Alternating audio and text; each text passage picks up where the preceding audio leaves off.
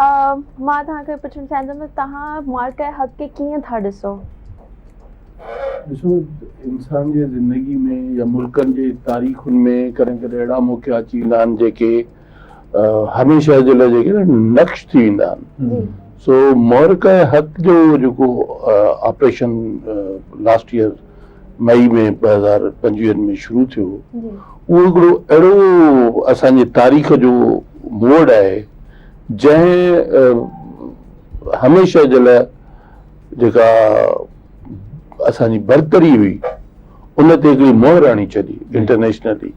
त मौक़े हक़ जेको आहे असल में तव्हांखे ख़बर आहे त हिते असां वटि जेको असांजो पड़ोसी मुल्क आहे उन जूं सदाई इहे ट्रिकसाट हलंदियूं रहंदियूं आहिनि। सिंधीअ में असां चवंदा आहियूं ट्रिकसाट साज़िशूं, उन क़िस्म जूं हरकतूं कंदो रहंदो आहे। उहो पहिरियों दफ़ो कोन हो, मई में उनजी इलेक्शन हुई। उन इलेक्शन जे खटण लाइ उन फॉल्स फ्लैग ऑपरेशन शुरू कयो पहलगाम में, ऐं उनजो पंहिंजो हथ न हटो हुयो। उन खां पोइ उन पंहिंजो माण्हुनि खे जज़्बात उते ॾियाराया, वरी इहो जेको आहे सो अचानक हमला शुरू करे छॾिया। हालांकि पाकिस्तान उन्हनि खे क्लियर चयो त बाबा इंटरनेशनल तव्हां तहक़ीक़ात करायो न वाक़े जी, असां हाज़िर आहियूं। तव्हां जंहिंखां कराइणु चाहियो उतां करायो, यूनाइटेड नेशन खां कराइणु चाहियो उतां करायो, पर न हुनखे त छा आहे जो सियासत पंहिंजी अॼु ॾींहं ते हुनजी हरकतूं इहे ई आहिनि। त उहो पोइ पाकिस्तान मां जेको जवाबु हुयो उहो उन तारीख़ ठाहे छॾी, ऐं उहो अहिड़ो जवाबु हो जेकॾहिं उन वक़्तु इहो जवाबु न ॾिजे हा त असां अॼु हिन पोज़ीशन में न हुजूं हा। बिल्कुलु ठीकु।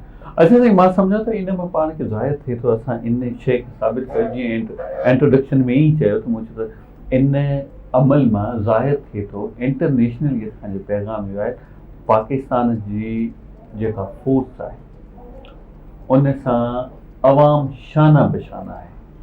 असांजी जेका पाकिस्तान जी फ़ौज आहे, आर्मी आहे, उहो एनी टाइम एवरी टाइम पंहिंजे दुश्मन खे मुंहुं तोड़ जवाब ॾियण लाइ तयार। तव्हां उन ॾींहं जे जेकॾहिं मीडिया ते नज़र विझो, माण्हुनि जे जज़्बात ते नज़र विझो, त उहा माण्हुनि सॼी राति जागी गुज़ारी।